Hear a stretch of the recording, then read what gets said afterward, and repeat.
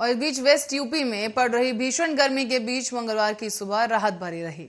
आसमान पर सुबह सवेरे काले बादल घिरे रहे और बारिश भी देखने को मिली है। तेज और झमाझम बारिश शुरू हुई और इससे मेरठ समेत सभी जिलों में लोगों ने गर्मी से राहत महसूस की। हालांकि पिछले 10 दिन से भीषण गर्मी झेल रहे वेस्ट यूपी के लोगों को मंगलवार में सुबह मौसम में काफी राहत मिली है। देखते ही देखते मौसम का मिजाज बदला और आसमान पर काले बादल छा गए। हालांकि दिन में ही अंधेरा होने से मौसम ने करवट भी ली और सुबह करीब 8:45 पर तेज झमाझम बारिश हुई है। मूसलाधार बारिश के कारण मेरठ में हाईवे पर भी वाहनों की रफ्तार धीमी पड़ गई, जबकि मेरठ में मोदीपुरम कांकरखेड़ा के अलावा रुड़की रोड और शहर के कई हिस्सों में जलभराव की समस्या से शहरवासियों को परेशान होना पड़ा है। नगर निगम के सफाई करने के दावे भी बारिश में फेल होते नजर आए और नालों से निकलता हुआ पानी सड़कों पर पहुंच गया। इस कारण से शहरवासियों को काफी परेशान होना पड़ा है।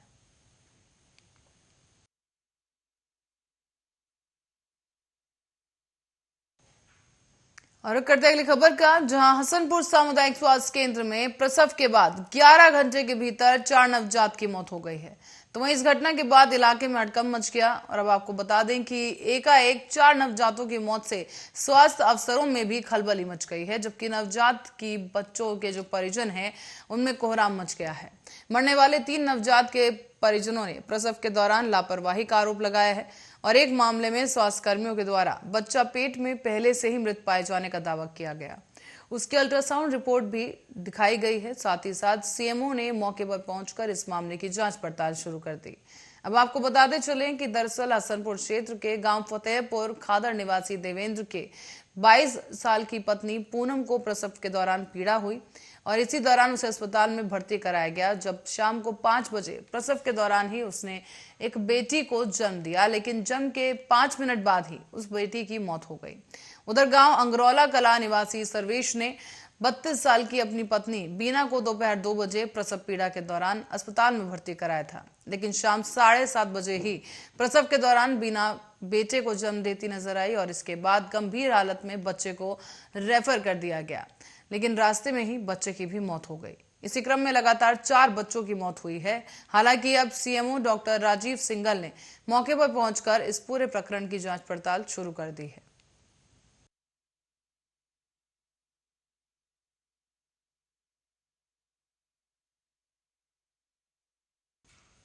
और इस बीच खबर आगरा से है, जहां पर बीजेपी के विधायक के भतीजे के खिलाफ महिला संबंधी अपराध में मुकदमा दर्ज कर लिया गया है। दरअसल आपको बता दें कि थाना शाहगंज में दर्ज हुआ सत्ताधारी विधायक के भतीजे के खिलाफ ये मुकदमा और आगरा की देहात सीट खेरागढ़ से भाजपा के विधायक हैं भगवान सिंह कुशवाहा, जिनके भतीजे के खिलाफ ये कार्रवाई सामने आई है।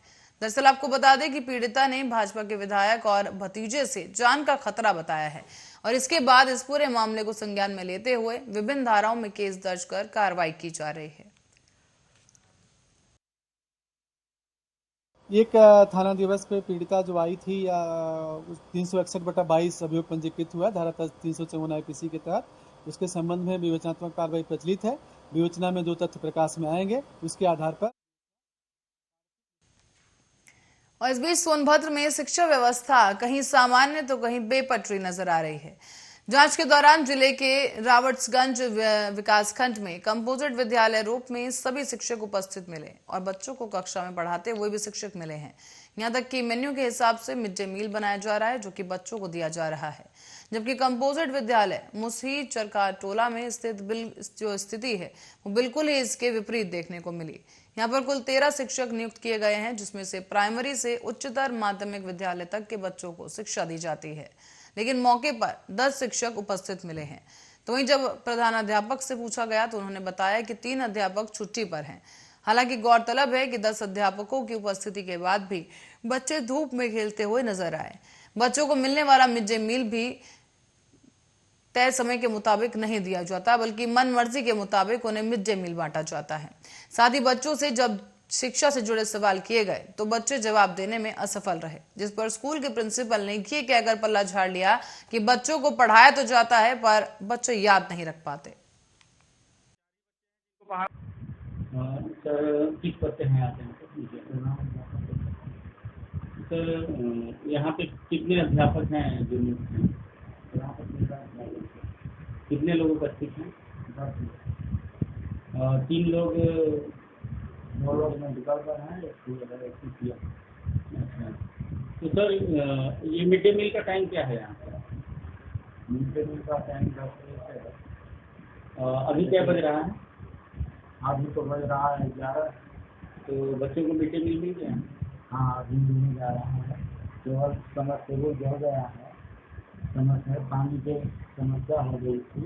पानी की समस्या से थोड़ा विलम्ब हुआ। यहाँ बच्चे बाहर खेल रहे हैं, नहीं, क्या क्या वजह? वजह नहीं है, बच्चे बाहर खेल रहे हैं। बिजली एक आध 2 बच्चे तो है निकल जाते हैं इधर उधर जो है, घूमने लगते हैं या शौच के लिए जाते हैं। सर मेरा नाम मीना भारती है और मैं तो ये कंपोजिट विद्यालय रोड विकासखंड रावतगंज सोनभद्र है और यहाँ पे 8 अध्यापक हैं। सभी लोग मौजूद हैं। जी सभी मौजूद हैं।